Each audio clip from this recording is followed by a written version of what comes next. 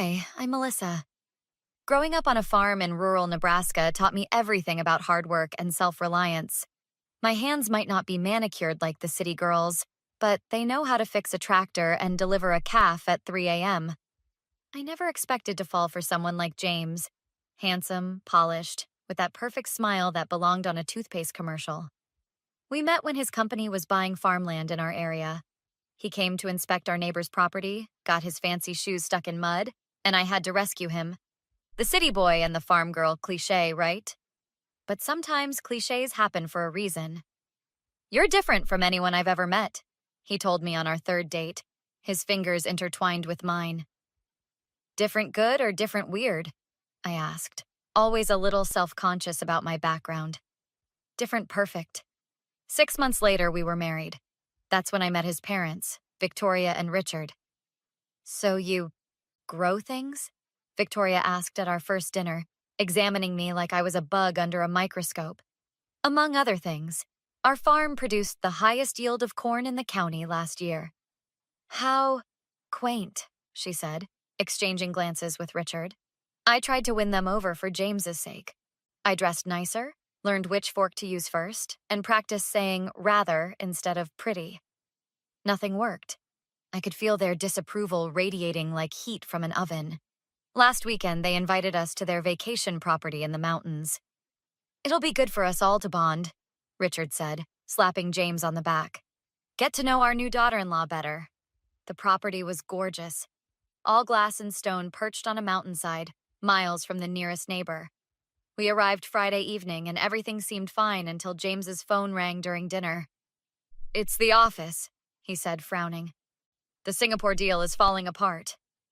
You should go, Victoria said immediately. These things require the personal touch. I can't leave Melissa here alone. Nonsense, Richard boomed. We'll take good care of her. It's the perfect opportunity for us to get closer. James looked torn. Are you okay with that, babe? Go save your deal, I said. I'll be fine. After he left, the temperature in the house dropped about 20 degrees. They barely spoke to me the rest of the night. The next morning, I woke up late. The house was silent. Victoria? Richard? I called out, walking through empty rooms. Their cars were gone. So was my phone. The landline was dead. On the kitchen counter sat a note in Victoria's elegant handwriting. Let's see if the farm girl can survive without her luxuries. Perhaps then James will see what a mistake he's made. We'll be back in a week, or maybe 2. Don't bother trying to leave. The road washes out this time of year. Consider this a test of your rustic skills. I stood there, reading and rereading the note, my hands shaking. They had left me stranded, miles from anywhere, with no communication. And from the smug tone of the note, this was no accident. They wanted to break me. They wanted me to fail. I crumpled the note in my fist. If there's one thing farm life teaches you, it's that when you get knocked down, you get back up. And if someone tries to bury you, well, they should remember that seeds grow in dirt. Victoria and Richard had no idea who they were dealing with. I took a deep breath and surveyed my situation. The pantry had basic supplies: pasta, canned goods, some frozen meat. Not ideal, but I'd worked with less back home during blizzard season. First things first, secure food, water, and assess the property. The mountain stream behind the house provided fresh water after I boiled it, something city folks like Victoria and Richard probably never considered.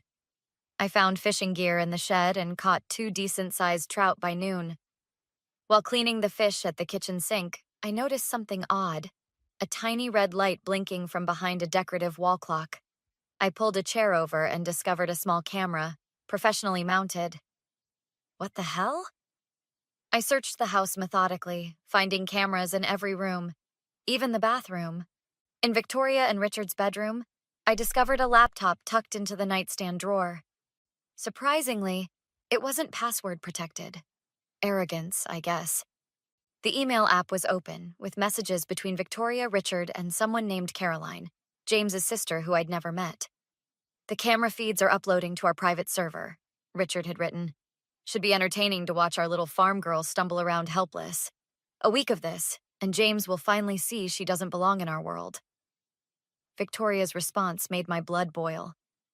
I've told Caroline to check in after 3 days. If our experiment is going as planned, we'll have plenty of footage of the girl breaking down. James will finally understand what a mistake he's made. I was still processing this when I heard a car approaching. I quickly returned the laptop, positioned myself in the kitchen, and messed up my hair and clothes to look distressed. A tall blonde woman entered without knocking. "Hello? Anyone home?" "In here," I called weakly. "You must be Melissa. I'm Caroline, James's sister." "Thank God you're here. Your parents left me stranded. I don't know what happened." Caroline smirked slightly. "How unfortunate. Mother and father had an emergency. They asked me to check on you." "Could I use your phone? Mine's gone." "Battery's dead," she lied smoothly. "I'll charge it and come back tomorrow." "Please don't leave me here alone." "Don't be so dramatic. You country folks are supposed to be resourceful, right? Mother said something about testing your resilience." I let a tear fall. "I don't understand why they hate me so much." Caroline's facade cracked. "Because you're ruining everything. James was supposed to marry someone from our circle. Instead, he brings home some farmer. Do you know what that's done to our family's reputation?" While she ranted, I secretly pressed record on the vintage tape recorder I'd found in a drawer. Sometimes old tech is the best tech. This whole setup, the cameras abandoning me, it was all planned. Of course it was planned. Mother and father have been working for months to show James what a mistake he made. And it's working. Last month, he almost canceled that vacation to your hometown. And he's starting to question why you don't fit in at our social events. James told you that? Not exactly. He confides in Mother and she guides him toward the right conclusions. And the right conclusion is dumping me? Obviously. You're sweet and all, but let's be serious. You don't belong in our world. This little survival experiment is just making it obvious to everyone, especially James. I nodded meekly, playing my part while the recorder captured every word. Caroline stayed just long enough to check on me before leaving, promising to try to come back tomorrow. After her car disappeared, I smiled for the first time in days. They thought they were testing me? Well, I had some tests of my own planned for the precious Henderson family. I spent the next day putting on a show for the cameras. I stumbled around looking confused, cried while trying to start the stove, and pretended to drink unboiled stream water. Between performances, I noticed smoke from a chimney about half a mile away. I hiked through the woods, staying out of view of any outdoor cameras. A bearded man in his 50s answered my knock. "Who's that?" "I'm Melissa, staying at the Henderson place." "Henderson? Those pretentious jackasses finally rented out?" "Not exactly. I married their son." "Well, damn. Come in before you freeze. I'm Thomas." Inside, I explained my situation. "Those people are poison. Richard tried to force me to sell my land. When I refused, he spread rumors that my construction business used bad materials, nearly bankrupted me." "Would you help me teach them a lesson?" Thomas grinned. "Thought you'd never ask." He lent me his satellite phone, and I called my cousin who works in IT. "Jake, can you hack into an email account remotely?" "Depends. What are we talking about?" "Rich people who think they can mess with farmers." "Say no more." With Jake's help, we accessed more emails and found they'd done this before. Manipulated James's relationships, sabotaged his friendships, and bribed his high school girlfriend. "Look at this," Thomas pointed. "They paid some society girl to pursue James last Christmas." "While we were engaged," I said, feeling sick. Thomas showed me how to loop the camera feeds. Military training comes in handy. We spent 2 days gathering evidence. Thomas introduced me to others wronged by the Hendersons. "They tried to shut down my restaurant," Marta told me. "Richard threatened to call immigration on my staff," Eduardo added. When we heard cars approaching on the 6th day, I messed up my hair, smudged dirt on my face, and practiced looking pathetic. Victoria and Richard entered with Caroline, all wearing smug expressions that faltered seeing me cooking. "You're managing," Victoria said, disappointed. I ran to them, putting on my best relieved face. "Thank goodness you're back. I was so scared." "You seem to have survived," Richard noted suspiciously. "Barely. I've been eating cold beans and sleeping in my clothes to stay warm. She's obviously struggling, Mother, Caroline said. Look how thin she is.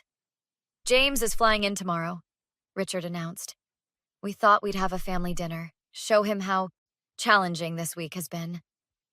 That sounds wonderful, I said. I've missed him. I have so much to tell him. Victoria smiled coldly. We have quite a lot to show him as well. I can't wait, I whispered, hiding my own smile. Little did they know, while they were planning my humiliation, I'd been preparing their destruction. The next evening, I wore my nicest outfit for dinner, smiling through the tension as Victoria kept making little digs about my rustic charm. I'm so glad you survived your little adventure, dear, she said, pouring wine. It must have been quite challenging for someone of your background. It definitely showed me who people really are, I replied sweetly. When James arrived, he rushed to hug me. Babe, I'm so sorry about the emergency. Were you okay with my parents? We've all learned so much about each other, I said, catching Richard's satisfied smirk. Halfway through dinner, Richard cleared his throat. James, we've got something important to show you about your wife. Actually, I interrupted, I have something to show everyone first. I pulled out my tablet and connected it to their fancy TV. Victoria looked annoyed. This really isn't the time for farm photos, dear. Oh, these aren't farm photos. I played the recording of Caroline confessing the entire scheme. The color drained from all three of their faces. What is this? James asked, his fork clattering to his plate. Your family left me stranded on purpose. They installed hidden cameras to film me struggling, then planned to use the footage to convince you I wasn't good enough. That's absurd, Victoria sputtered.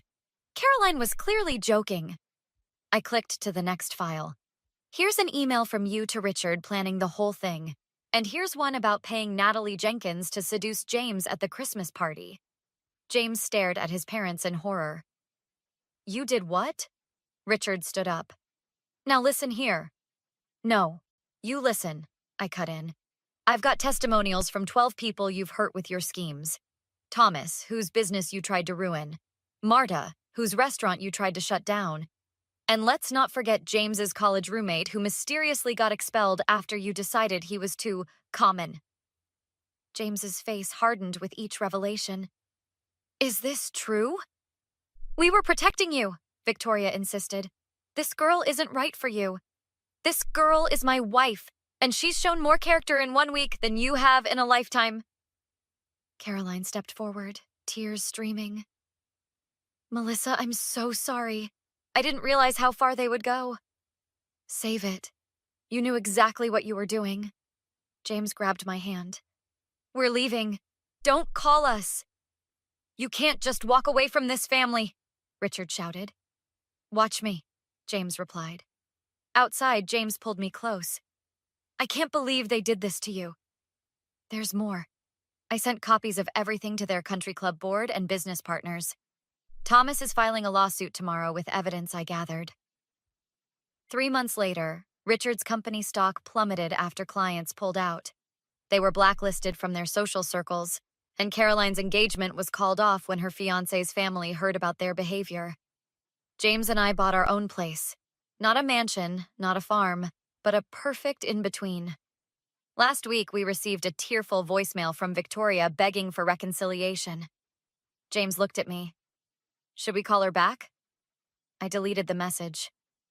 Some bridges stay burned. The family that tried to break me ended up broken instead. Turns out this farm girl didn't just survive, she thrived.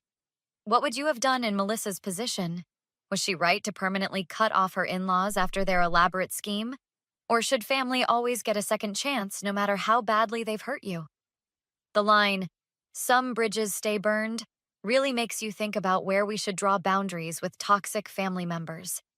I'd love to hear your thoughts in the comments.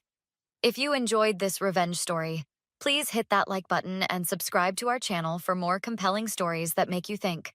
New videos every day.